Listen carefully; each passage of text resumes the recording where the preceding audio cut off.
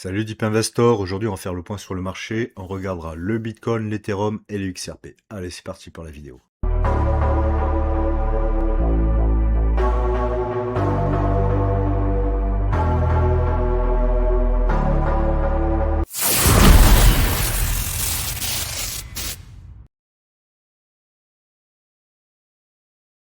Pour commencer on va regarder les dernières news sur X. Donc première news ultra importante, c'est celle-ci. Le Bitcoin va partir en mode parabolique. Donc comme tu le vois sur ce graphique, tu vois la M2 Global Liquidity, la courbe en bleu, qui est en train de tout exploser, là, au niveau des 180 000 aujourd'hui. Tu as la courbe du gold qui a explosé en jaune. Tu vois, latéralisation et explosion du gold. Et nous avons le Bitcoin qui lui est en train de latéraliser, un peu comme pour le graphique du gold. Et tout le monde s'attend à ce que le Bitcoin aille rattraper la globale M2 liquidité pour aller chercher les 180 000 d'ici la fin de l'année. Ça, c'est déjà une très bonne nouvelle, hein. Le Bitcoin, comme le gold, suit la liquidité globale. Donc là, très bon point, qui me fait dire que le bull run n'a pas encore, le vrai bull run, la phase dégène du Bitcoin n'a pas encore commencé. Autre news sur ce graphique là, un chart assez intéressant en 4 heures là, tu vois là, je l'ai reposté sur mon compte X. Donc si c'est confirmé, le breakout de ce gros triangle de compression nous amènerait à 136 000 dollars assez rapidement pour le Bitcoin, comme tu vois. Selon ce chart en 4 heures, on sera à deux doigts de breaker à la hausse ce triangle de compression qui nous amènerait aux 136 000. Donc ça, super news. Autre news pour l'Ethereum. Là, en reprenant le schéma de Wyckoff de réaccumulation, ben, il a collé la théorie de Wyckoff sur le chart de l'Ethereum. Et comme tu vois, ça colle parfaitement à la théorie de Wyckoff. Et on serait juste avant le pump de sortie de cette grosse zone d'accumulation pour l'Ethereum, direction pour lui les 8400 dollars. Donc ultra positif, que ce soit pour le Bitcoin, pour l'Ethereum. On est vraiment à deux doigts de partir en mode bull run des jeunes sur le Bitcoin et surtout toutes les cryptos. N'oublions pas que cette semaine, mercredi, nous avons la Fed qui va parler concernant la baisse des taux. Là, la probabilité qu'il y ait une baisse de taux mercredi 29 octobre est de 98,3%. Donc ça aussi, c'est bullish pour le marché tradi et bien sûr pour le marché crypto. Donc ça, très positif. Concernant les indicateurs de fin de cycle de hausse du marché crypto, ben, toujours sur les 30 indicateurs, aucun n'est activé aujourd'hui. Donc nous sommes toujours en bull market, malgré la volatilité que nous avons connue, les phases de manipulation que nous avons eues pour faire sortir tous les gros effets de levier. Aucun indicateur ne s'est activé. Donc nous sommes toujours en bull market. Concernant les liquidations, à 2 semaines pour l'Ethereum, ben, tu vois que on a des liquidités à aller chercher au nord, presque pratiquement rien au sud. Donc cette semaine, il est fort probable qu'on aille chercher les liquidités qui se trouvent aujourd'hui pour l'Ethereum à 4140 dollars. Il y a pour 2 milliards d'effets de levier à les liquider en short. Donc là, positif, les cours devraient aller chercher ces niveaux-là cette semaine. Espérons que ça soit le plus tôt possible. Pour le Bitcoin, pareil, à 2 semaines, on a aussi beaucoup de liquidités au nord à aller chercher, notamment à partir des 114 000 dollars jusqu'aux 116 500. On a pas mal de liquidités. Donc pareil, les cours devraient être attirés vers le nord pour faire sauter tous les shorts qui sont sur ces niveaux-là.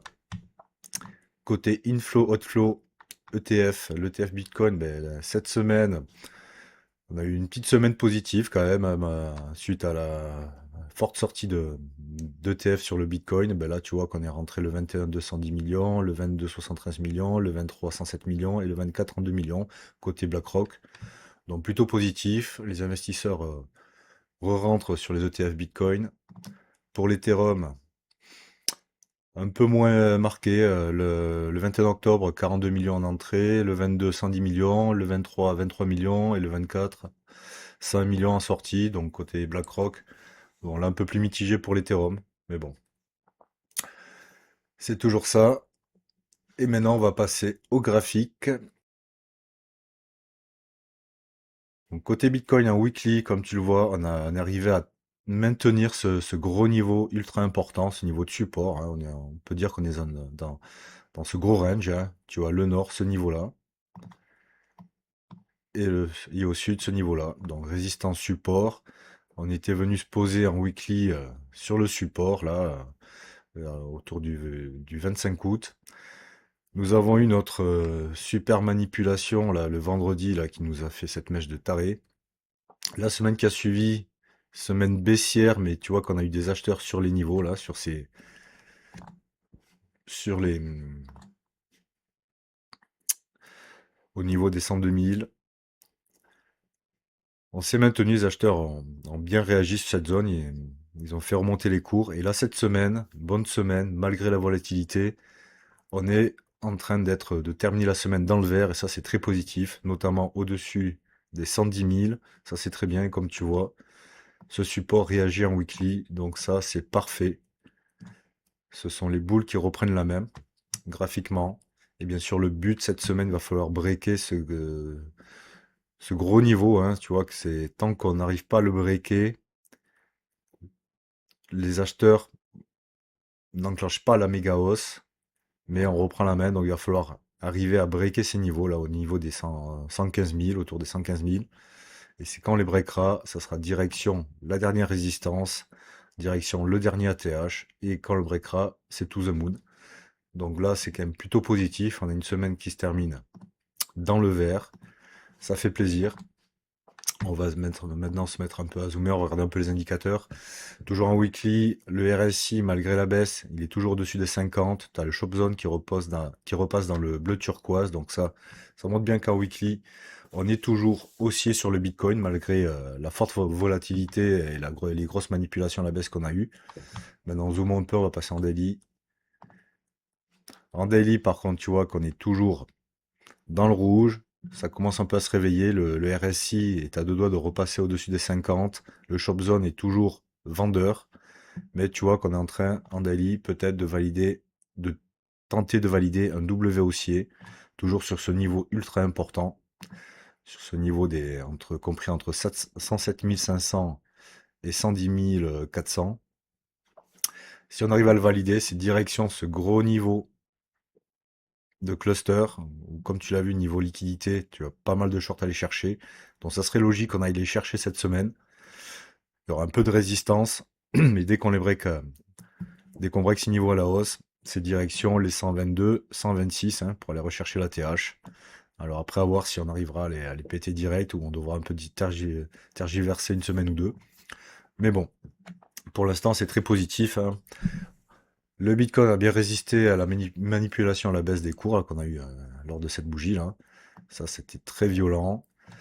Un rebond, on se fait rejeter sur ce niveau-là, au niveau des 115 000. On revient tester, les acheteurs se représentent, on réintègre ce gros niveau de support. Et là, on construit un W haussier, donc plutôt positif pour le Bitcoin, hein. Il n'y a plus qu'à ce que cette semaine soit haussière. Après, on peut parier qu'elle sera haussière. N'oublions pas que la Fed est censée baisser ses taux mercredi. Ça va donner du gaz à tout le secteur crypto, donc plutôt positif, hein. Et si on se met à zoomer en 4 heures, là tu vois qu'en 4 heures, on est bien sûr acheteur sur le Bitcoin. Et voilà, il va falloir là rester sur ces niveaux-là, ne pas se faire rejeter et réintégrer cette zone de support, hein. Il va falloir que les cours restent au-dessus à minima des 110 400, 110 500, tu vois. Le marché est allé rechercher une fois ces niveaux-là. Hop, je te sors ça. Tac. Voilà, tu vois, le marché, hop, tu vois que cette zone serve de résistance, support, support, on pump, rejet, hop, support, pam, on repart. Et là, ça serait bien que ça latéralise et qu'on arrive à breaker les 112 000 à la hausse pour aller s'attaquer déjà à un premier niveau de résistance qui va être au niveau des 113 500. Et quand les breaks à la hausse, c'est direction les 115 000, 116 000. Et c'est là où la grosse bataille va se faire cette semaine pour voir si les acheteurs ont la force de breaker, de liquider tous les shorts. Et donc là, on s'ouvre la voie direction les 122, 126. Donc plutôt positif, hein, on termine bien la semaine. Il va falloir qu'on arrive à breaker, si possible aujourd'hui, sinon dès lundi, ces niveaux-là. Mais c'est plutôt positif pour le Bitcoin. Maintenant, allons voir l'Ethereum. On va se remettre en weekly. Hop. L'Ethereum, comme tu le vois, pareil, hein, toujours en tendance haussière. Comme pour le Bitcoin, grosse manipulation, cette grosse bougie qui nous a fait descendre, on est allé chercher au plus bas les 3435, ça c'est assez violent sur Binance. Mais comme tu vois, on a toujours des acheteurs qui sont présentés sur ce gros niveau de support, hein. C'est ce niveau-là qui nous avait donné le gros pump sur l'Ethereum, qui avait permis à l'Ethereum d'aller chercher son nouvel ATH. Et là, tu vois que les acheteurs sont présents, ils ont acheté ces niveaux-là. Le point positif, on est malheureusement, contrairement au Bitcoin, on n'a pas une bougie verte pour le moment sur l'Ethereum en weekly. Mais le point positif, c'est on revient sur ce gros niveau de support qu'il faut maintenir. Et bien sûr, le but, ça sera que la semaine prochaine, on arrive à breaker déjà les 4100 $ à la hausse pour aller chercher les 4200. C'est un peu un niveau, tu vois, qui a servi de support. Un niveau assez intéressant où là, on s'était fait rejeter. Donc, c'est lorsqu'on breakera les 4200 sur l'Ethereum, où là, les acheteurs reprendront fortement la main et on ira bien sûr rechercher ce gros niveau de résistance pour aller rechercher l'ATH. On va zoomer, on va se mettre en daily. En daily, comme tu le vois, on est toujours par contre dans le shop zone, on est toujours vendeur. Le RSI a du mal en daily, il a toujours pas passé les 50. Donc, pas impossible qu'on latéralise sur ces niveaux-là, ou dans le pire des cas, qu'on reparte un peu à la baisse pour essayer de se rattaquer aux 50 au niveau du RSI. Mais le mieux, ce que je privilégie, c'est plus une latéralisation des cours sur ces niveaux-là. On reste au niveau des 3900 $, on ne break pas les 3900. Et après, on s'attaque à la borne haute de cette grosse zone, hein, comme tu vois, qui sert de résistance, hein. On s'y attaqué à 2 reprises. À chaque fois, les vendeurs ont repris la main. On s'est fait rejeter ici, ici. Et donc, il va falloir que cette semaine, on arrive à breaker les 4100 $. Et quand on les validera, ça nous formera un beau W haussier pour s'attaquer donc aux 4002. Et quand on break les 4002, on va se diriger tranquillement vers les 4600 $. Donc plutôt positif, l'Ethereum un peu moins fort que le Bitcoin, mais c'est normal. Mais si il valide, comme pour le Bitcoin, ce W haussier, on devrait avoir une semaine haussière, notamment grâce à la baisse des taux qui s'annonce. Donc plutôt positif, on est sur des bons niveaux. Voilà, l'Ethereum, n'oublions pas, son ATH, il n'a pas encore explosé comme pour le Bitcoin. Le Bitcoin, il a explosé son dernier ATH depuis bien longtemps. L'Ethereum, toujours pas, hein. On va en dire que son ATH, on va l'arrondir à 5000 $, mais c'est que lorsque l'Ethereum breakera les 5000 $ à la hausse, que tous les altcoins vont exploser. Donc là, bien sûr, les altcoins vont commencer à remonter. Tu vois que beaucoup d'altcoins sont en train de faire de belles figures de retournement, notamment le XRP qu'on ira voir tout à l'heure, qui est en train de bien repartir à la hausse. Mais ce n'est que le début. La phase dégène du bull run, la deuxième phase de hausse, va se faire pour les altcoins lorsque l'Ethereum breakera les 5000 à la hausse. Donc il y a de la marge. Et donc il y a de gros gains à faire. Donc plutôt positif aussi pour l'Ethereum. Comme tu vois, on est toujours quand même dans une tendance haussière.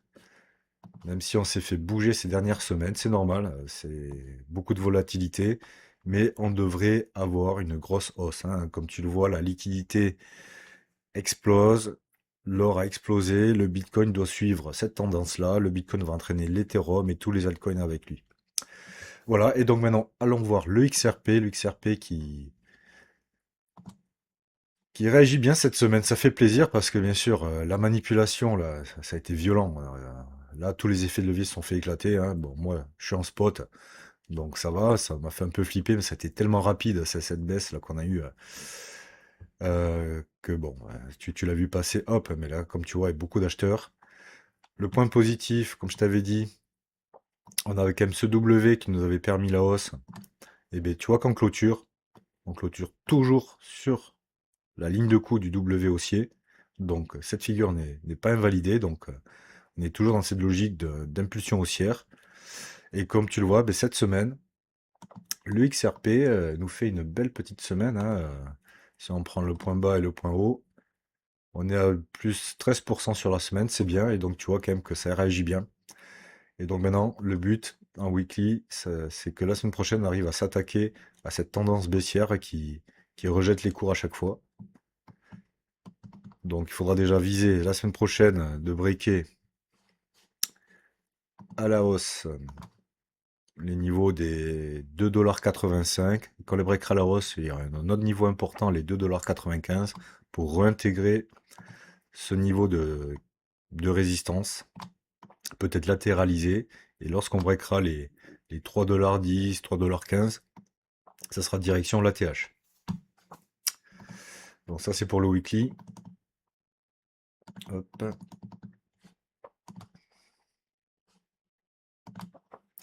Comme tu vois aussi en weekly, le RSI est à deux doigts de repasser au-dessus des 50. Tu as aussi le Shop Zone qui n'est pas encore dans le bleu turquoise, mais il est en train de peut-être de se relancer. Donc la semaine qui arrive est très importante pour le XRP. Il va falloir qu'elle soit haussière, niveau crypto.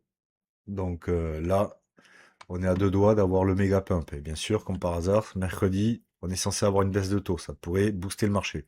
Si tu veux suivre les dernières tendances des marchés et découvrir des astuces pour investir intelligemment, abonne-toi dès maintenant à la chaîne Deep Invest, la chaîne dédiée à l'univers de la finance et de la crypto. Et n'oublie pas de consulter les liens dans la description pour avoir accès à encore plus de contenus exclusifs.